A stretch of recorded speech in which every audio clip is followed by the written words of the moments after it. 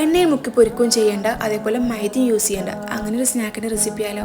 അപ്പോൾ ചപ്പാത്തി മാവ് കുഴക്കുന്ന പോലെ കുഴച്ചെടുക്കുക, എന്നിട്ട് റൗണ്ടിലാക്കിയിട്ട് പരത്തിയെടുക്കുക. 4 വശം ഒന്ന് കട്ട് ചെയ്തെടുക്കുക, എന്നിട്ട് ചെറിയ പീസായിട്ട് സ്ക്വയറിലാക്കിയിട്ട് വീണ്ടും ഒന്ന് കട്ട് ചെയ്തെടുക്കുക കേട്ടോ. തിന്നായിട്ട് തന്നെ പരത്തിയെടുക്കുക. ഇനി ഇത് ഓരോ മാവ് ഇതേപോലെ ഷേപ്പിലാക്കിയിട്ട് ഒന്ന് മടക്കിയെടുക്കുക.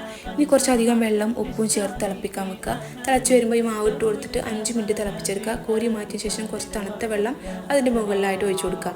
ഇനി ഒരു പാനിലേക്ക് നെയ്യ് ചേർത്ത് കൊടുത്തിട്ടുണ്ട്. ഒരു വലിയ ഉള്ളിയും അതേപോലെ വെളുത്തുള്ളിയും ചെറുതായിട്ട് കട്ട് ചെയ്ത് ചേർത്ത് കൊടുക്കുക. വഴണ്ടി വരുമ്പോൾ കുറച്ചധികം പച്ചമുളക് ചേർത്ത് കൊടുക്കുക. എരിവില്ലാത്ത പച്ചമുളക് ചേർത്ത് കൊടുത്ത് കേട്ടോ. മസാല പൗഡേഴ്സായിട്ട് ഗരം മസാലയും അതേപോലെ റെഡ് ചില്ലി പൗഡറും ചേർത്ത് കൊടുക്കുക. അതൊന്ന് വഴണ്ടി വരുമ്പോൾ ഇതിലേക്ക് സോയാ സോസും ടൊമാറ്റോ പേസ്റ്റും ആവശ്യത്തിന് ചേർത്ത് കൊടുക്കുക. ഉപ്പ് ആവശ്യത്തിന് ചേർത്ത് കൊടുക്കുക. ഇനി നേരത്തെ റെഡിയാക്കി വെച്ചില്ലേ മാവ്, അതും ചേർത്ത് കൊടുക്കുക. എന്നിട്ടൊരു 1/4 കപ്പ് വെള്ളവും ചേർത്ത് കൊടുക്കുക. മല്ലിയിലയും ചേർത്ത് കൊടുക്കുക. എന്നിട്ടൊരു 5 മിനിറ്റ് വീണ്ടും ഈ മസാലയൊക്കെ ഇതിൽ പിടിക്കാൻ വേണ്ടിയിട്ട് ഒരു 5 മിനിറ്റ് വീണ്ടും തിളപ്പിച്ചെടുക്കുക. അപ്പം മൈദയും വേണ്ട എണ്ണയിൽ മുക്കി പൊരിക്കുകയും ചെയ്യാത്ത സ്നാക്ക് എല്ലാവരും റെഡിയാക്കി